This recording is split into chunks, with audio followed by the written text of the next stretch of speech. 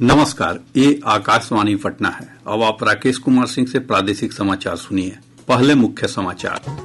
प्रदेश में 18 से 44 वर्ष के व्यक्तियों को आज से लगाया जाएगा कोरोना से बचाव का टीका। मुख्यमंत्री नीतीश कुमार ने स्कूल और कॉलेजों में टीकाकरण के लिए कैंप लगाने का दिया निर्देश। पिछले 24 घंटों में राज्य में लगभग 13,000 नए संक्रमितों की हुई पहचान। अब तक 3,215 लोगों को कोरोना के कारण जान गंवानी पड़ी। और केंद्र सरकार ने अस्पताल में दाखिले से संबंधित नीति में किया बदलाव। अब अस्पताल में भर्ती के लिए पॉजिटिव रिपोर्ट जरूरी नहीं। कोविड के मामलों की संख्या बढ़ रही है, इसलिए श्रोताओं से अपील है कि कोई भी कोताही न बरतें। सुरक्षा के सभी उपायों का पालन करें।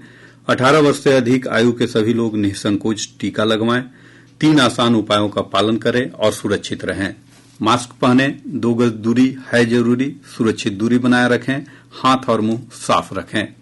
अब समाचार विस्तार से।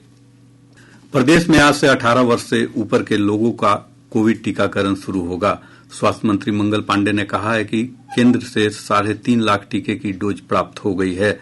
उन्होंने कहा कि ये टीके 18 से 44 वर्ष आयु वर्ग के उन लोगों को दिए जाएंगे जो पहले से टीके के लिए पंजीकरण करा चुके हैं। 18 से 44 आयु वर्ग के लोगों को कोरोना का टीका देने के लिए 3.5 लाख डोज पटना पहुंच गया है। माननीय मुख्यमंत्री जी के निर्देशानुसार आज रविवार 9 मई से पूरे राज्य में टीकाकरण का कार्य प्रारंभ किया जा रहा है। यह टीकाकरण उन स्थानों से अलग होगा जहां पे लोगों का जांच और उपचार हो रहा है। अगले 3-4 दिनों में अन्य सरकारी एवं अन्य भवनों को चिन्हित करके उन स्थानों पे भी ये टीका दिया जाएगा। श्री पांडेय ने कहा कि पंजीकरण कराने वाले लोगों को उनके नजदीकी केंद्रों या प्राथमिक स्वास्थ्य केंद्रों पर टीके दिए जाएंगे। मुख्यमंत्री नीतीश कुमार ने स्कूल और कॉलेज परिसरों में कोविड से बचाव के लिए टीकाकरण कैंप लगाने के निर्देश दिए हैं। यह निर्देश अस्पतालों में जांच के लिए लोगों की बढ़ती भीड़ के मद्देनजर दिया गया है। पटना में टीकाकरण अभियान की समीक्षा के दौरान उन्होंने कहा कि लॉकडाउन में टीका लेने के लिए लोगों को आवागमन में किसी प्रकार की असुविधा न हो, इसका भी प्रशासन पूरा ख्याल रखे। श्री कुमार ने कहा कि टीका स्थलों पर नागरिक सुविधाओं का भी इंतजाम किया जाए, साथ ही कोविड प्रोटोकॉल का सख्ती से पालन करवाया जाए। प्रदेश में अब तक 79,27,276 लोगों को कोविड से बचाव के टीके दिए जा चुके हैं। स्वास्थ्य विभाग के अनुसार कल 66,686 लोगों का टीकाकरण किया गया। इनमें से 27,547 लोगों को टीके की पहली डोज जबकि 39,139 लोगों को दूसरी डोज दी गई। इधर देश भर में अब तक 16 करोड़ 92 लाख से अधिक लोगों का टीकाकरण किया जा चुका है। वरिष्ठ स्वास्थ्य विशेषज्ञ डॉक्टर सूर्यकांत ने कहा है कि कोविड होने के बावजूद लोगों को बचाव के लिए टीका लेना चाहिए।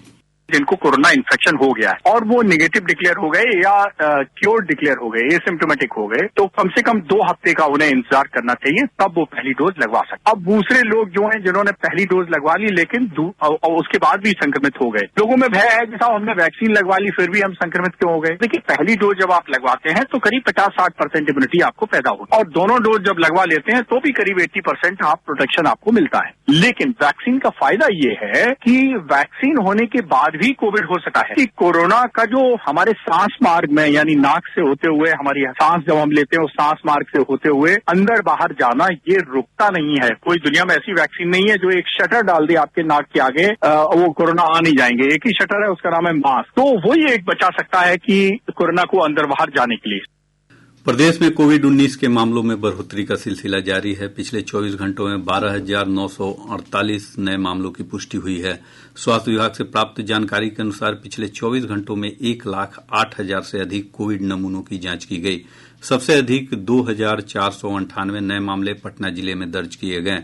वहीं नालंदा में 740, बेगूसराय में 586, पश्चिमी चंपारण में 578, समस्तीपुर में 560, मुजफ्फरपुर में 480 और कटिहार में 458 नए मामलों की पुष्टि हुई है।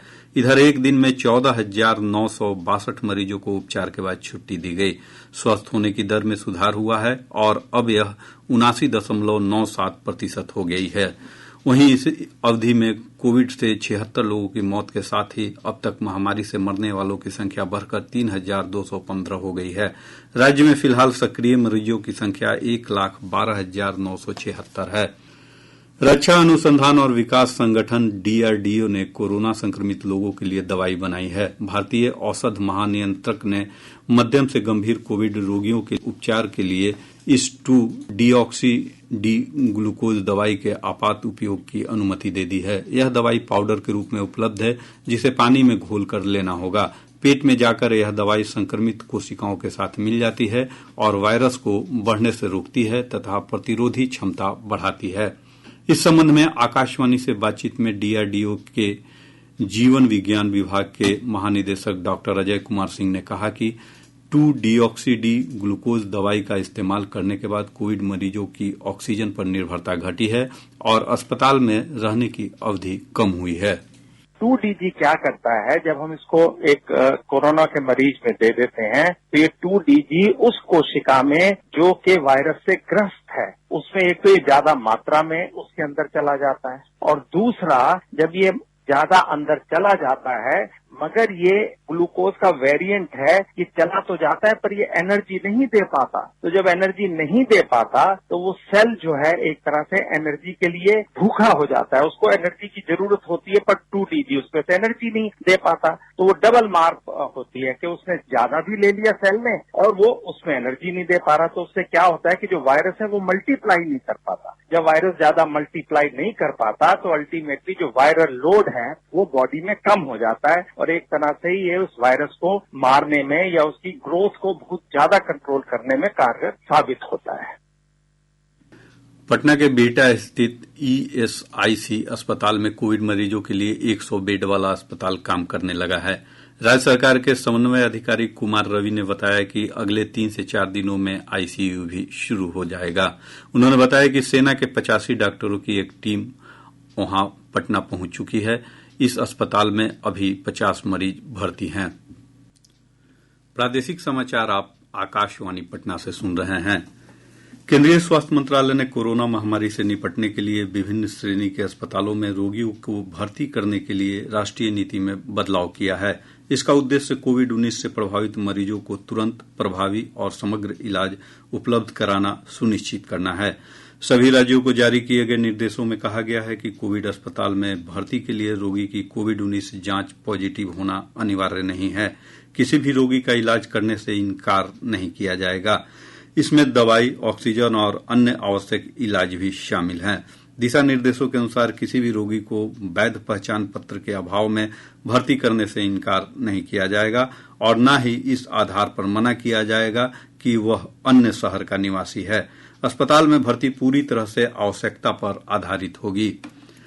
उच्चतम न्यायालय ने देश भर में चिकित्सा ऑक्सीजन के वैज्ञानिक तर्कसंगत और समान वितरण तथा उपलब्धता के आकलन के लिए 12 सदस्यों के एक कार्यबल का गठन किया। यह कार्यबल कोविड-19 के इलाज में आवश्यक दवाइयों की उपलब्धता सुनिश्चित करने के भी उपाय बताएगा। न्यायाधीश न्यायमूर्ति DY चंद्रचूड़ और न्यायमूर्ति MR शाह की पीठ ने कहा कि राष्ट्रीय स्तर पर कार्यबल गठित करने से कोरोना महामारी के संबंध में जन स्वास्थ्य के लिए वैज्ञानिक और विशेष जानकारी उपलब्ध होगी। यह कार्यबल राज्यों को ऑक्सीजन आपूर्ति करने का वैज्ञानिक और व्यवहारिक फार्मूला भी तैयार करेगा। इस कार्यबल में देश भर के प्रमुख विशेषज्ञों को सदस्यों के तौर पर शामिल किया गया है। देश भर में राष्ट्रीय राजमार्गों पर तरल चिकित्सा ऑक्सीजन की ढुलाई करने वाले सभी टैंकरों और कंटेनरों का आवागमन टोल फ्री कर दिया गया है।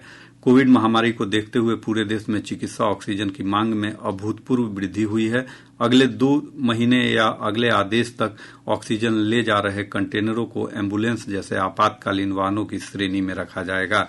भारतीय राष्ट्रीय राजमार्ग प्राधिकरण NHAI ने कहा है कि फास्टैग लागू होने के बाद टोल प्लाजा पर प्रतीक्षा का समय लगभग शून्य हो गया है। इसके अलावा ऑक्सीजन के वाहनों को प्राथमिकता दी जाएगी। प्राधिकरण ने इस संबंध में निर्देश जारी कर दिए हैं। केंद्र सरकार कोविड-19 महामारी से निपटने में ड्रोन के इस्तेमाल को सशर्त छूट दे रही है। इसके जरिए वैक्सीन की आपूर्ति की जाएगी। नागरिक उड्डयन मंत्रालय और नागर विमानन महानिदेशालय ने वैक्सीन की आपूर्ति के लिए ड्रोन के इस्तेमाल की सशर्त अनुमति दी है। मंत्रालय ने कहा है कि इसका परीक्षण इस महीने के अंत तक शुरू हो जाएगा। राज्य सरकार ने विधायकों और विधान पार्षदों को मुख्यमंत्री क्षेत्र विकास निधि से मिलने वाली राशि को कोरोना महामारी की रोकथाम के लिए इस्तेमाल करने का निर्णय लिया है। सरकार के फैसले के बाद वित्त विभाग ने इस मद की राशि की निकासी संबंधित नियमों को शिथिल कर दिया है। प्राप्त जानकारी के अनुसार योजना और विकास विभाग इस मद की राशि को बिहार राज्य स्वास्थ्य समिति के खाते में जमा करेगी। इस राशि का इस्तेमाल राज्य के किसी भी हिस्से में कोरोना की रोकथाम के लिए किया जा सकेगा। विश्वविद्यालय अनुदान आयोग यूजीसी ने सभी विश्वविद्यालयों और कॉलेजों में मई महीने में होने वाली परीक्षाओं को रद्द कर दिया है। विश्वविद्यालयों को भेजे निर्देश में यूजीसी ने कहा है कि परीक्षाओं का संचालन कोरोना की स्थिति में सुधार के बाद ही किया जाएगा। पंचायती राज मंत्री सम्राट चौधरी ने गांव में नाली, गली, पेयजल और कुआं उड़ाही की योजनाओं को प्राथमिकता के आधार पर पूरा करने का निर्देश दिया है। उन्होंने मजदूरों को ज्यादा से ज्यादा रोजगार उपलब्ध कराने को कहा है। किशनगंज जिले के अरवारी पुलिस आउटपोस्ट क्षेत्र में अपराधियों ने हथियार का भय दिखाकर बैंक ग्राहक सेवा केंद्र के संचालक से 1,70,000 रुपये लूट लिए। पुलिस मामले की छानबीन कर रही है। प्रदेश में मौसम के मिजाज में बदलाव जारी है। मौसम विभाग से प्राप्त जानकारी के अनुसार एक चक्रवाती परिसंचरण का क्षेत्र बिहार के ऊपर से होकर गुजर रहा है, जिसके चलते मौसम तेजी से बदलने की संभावना है। मौसम विभाग ने 12 मई तक राज्य के अधिकांश हिस्सों में तेज आंधी के साथ बारिश का अलर्ट जारी किया है। इस दौरान 30 से 40 किलोमीटर प्रति घंटे की रफ्तार से तेज हवा चलने और मेघ गर्जन का पूर्वानुमान व्यक्त किया गया है। कुछ स्थानों पर वज्रपात की भी चेतावनी जारी की गई है। अब पटना से प्रकाशित प्रमुख समाचार पत्रों की सुर्खियां। आज के सभी समाचार पत्रों ने प्रदेश में 18 वर्ष से अधिक आयु वर्ग के लोगों के टीकाकरण की शुरुआत को अपनी प्रमुख सुर्खी बनाई है। हिन्दुस्तान ने इस खबर का शीर्षक लगाया है, बिहार में 18 पार के लोगों को टीका आज से। दैनिक जागरण की सुर्खी है, डॉक्टरों, पैरा मेडिकल स्टाफ की कल से होगी नियुक्ति। दैनिक भास्कर ने कोरोना संक्रमण से जुड़ी खबर का शीर्षक लगाया है, एनटीपीसी बाढ़ में 150 इंजीनियर तथा कर्मी पॉजिटिव, अस्पताल full, campus lock. Prabhat Khabar ने विशेषज्ञों की राय के हवाले से प्रकाशित खबर का शीर्षक लगाया है, कोरोना से उभरे लोगों में जान जाने का खतरा कम। दैनिक आज की सुर्खी है, कोरोना पॉजिटिव रेल कर्मियों को 30 दिनों की विशेष छुट्टी। राष्ट्रीय सहारा लिखता है, ऑक्सीजन पर सुप्रीम टास्क फोर्स। और अब अंत में मुख्य समाचार। प्रदेश में 18 से 44 वर्ष के व्यक्तियों को आज से लगाया जाएगा कोरोना से बचाव का टीका। मुख्यमंत्री नीतीश कुमार ने स्कूल और कॉलेजों में टीकाकरण के लिए कैंप लगाने का दिया निर्देश। पिछले 24 घंटों में राज्य में लगभग 13,000 नए संक्रमितों की हुई पहचान। अब तक 3,215 लोगों को कोरोना के कारण जान गंवानी पड़ी। और केंद्र सरकार ने अस्पताल में दाखिले से संबंधित नीति में किया बदलाव। अब अस्पताल में भर्ती के लिए पॉजिटिव रिपोर्ट जरूरी नहीं। इसके साथ ही आकाशवाणी पटना से प्रसारित प्रादेशिक समाचार का ये अंक समाप्त हुआ।